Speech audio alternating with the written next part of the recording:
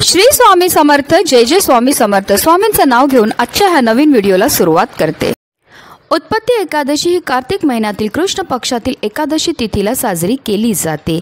यंदा उत्पत्ती एकादशी तिथी 25 नोव्हेंबरला मध्यरात्री 1:01 प्रारंभ होईल, तर 27 नोव्हेंबरला पहाटे 3:47 समाप्त होणार आहे आणि उदय तिथीनुसार 26 नोव्हेंबरला उत्पत्ती एकादशीचं व्रत हे केलं जाईल।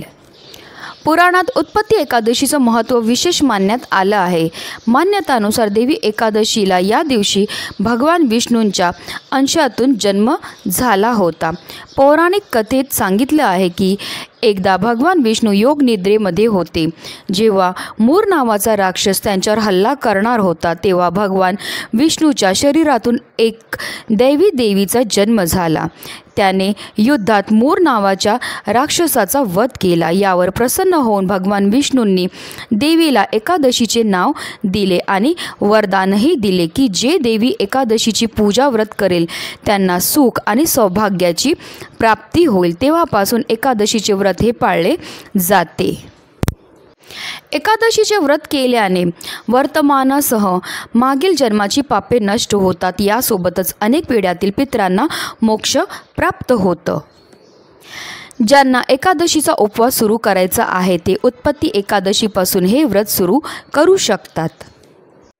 भगवान श्रीकृष्णाचे परम मित्र सुदामाने स्वतः उत्पत्ती एकादशीचे व्रत केले होते। या व्रताच्या महिमामुळे त्यांना राज्यासह पुत्ररत्न प्राप्त झाले। असे मानले जाते की या दिवशी व्रत केल्याने व्यक्तीला भगवान विष्णूसह देवी लक्ष्मीची कृपा प्राप्त होते। तसेच या दिवशी काही उपाय केल्याने जीवनात सुख समृद्धी राहते आणि म्हणूनच आपल्याला उत्पत्ती एकादशीच्या दिवशी इथे अर्पण करायचे मूठभर तांदूळ। हे तांदूळ अर्पण केल्यामुळे आपली कितीही कठीणातील कठीण इच्छा ही ताबडतोब पूर्ण होणार आहे, ज्यामुळे आपल्या घराची, आपल्या मुलांची, आपल्या पतीची भरभरून अशी प्रगती होणार आहे। अतिशय प्रभावी असा हा उपाय, ज्याबद्दल सविस्तर आणि महत्त्वाची अशी माहिती मी तुम्हाला या व्हिडिओमध्ये देणार आहे। तर व्हिडिओ पूर्ण पहा आणि जर तुम्ही माझ्या चॅनलवर नवीन असतील तर चॅनलला सबस्क्राईब करा आणि शेजारी बेल आयकॉनसुद्धा प्रेस करा, जेणेकरून तुम्हाला माझ्या नवनवीन व्हिडिओचं नोटिफिकेशन हे मिळत राहील आणि तुम्ही एक पण व्हिडिओ मिस करणार नाही। आणि कमेंटमध्ये श्री स्वामी समर्थ लिहायला अजिबात विसरू नका।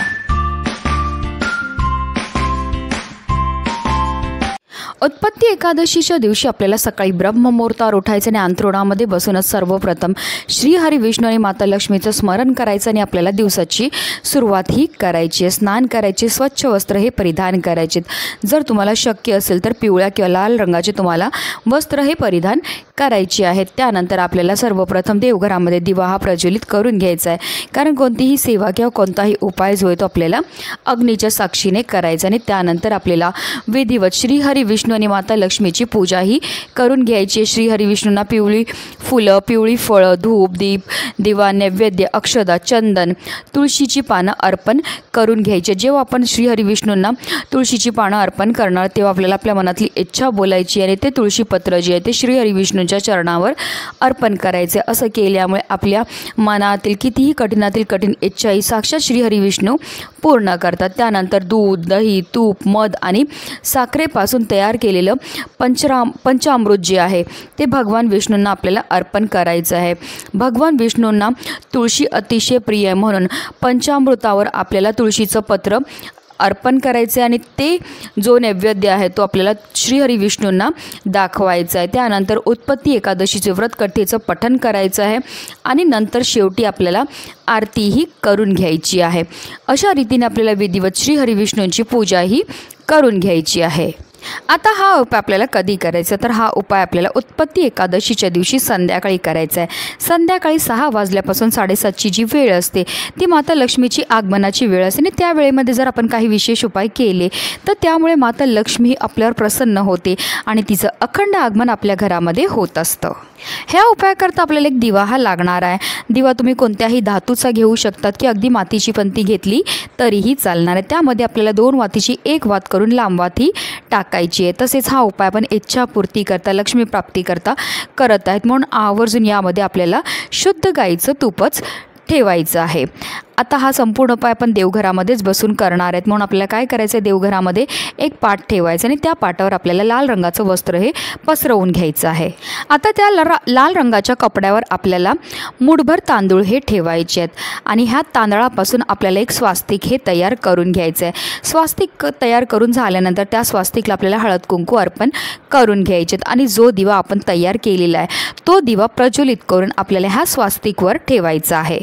आता ह्या दिव्याला सुद्धा आपल्याला हळद कुंकू अक्षदा एक फूल अर्पण करून घ्यायचं आणि मनोभावे ह्या दिव्याला आपल्याला नमस्कार करून घ्यायचे। त्यानंतर देवघरामध्ये बसूनच आपल्याला काही सेवासुद्धा करायच्या आहेत। तर आपल्याला एक वेळा विष्णू सहस्त्रनामाचं पठण करायचं। आता तुम्हाला विष्णू सहस्त्रनामाचं पठण करणं शक्य नसेल तर यूट्यूबला लावून द्या, हात जोडून बसा, तुम्ही श्रवण केलं तरीही चालणार आहे। त्याचबरोबर आपल्याला एक माळ म्हणजे 108 वेळा आपल्याला ओम नमो भगवते वासुदेवाय या प्रभावी मंत्राचा जप हा करायचा आहे। किंवा तुम्ही अगदी ओम केशवाय नमः ओम माधवाय नमः या मंत्राचा जप सुद्धा करू शकतात।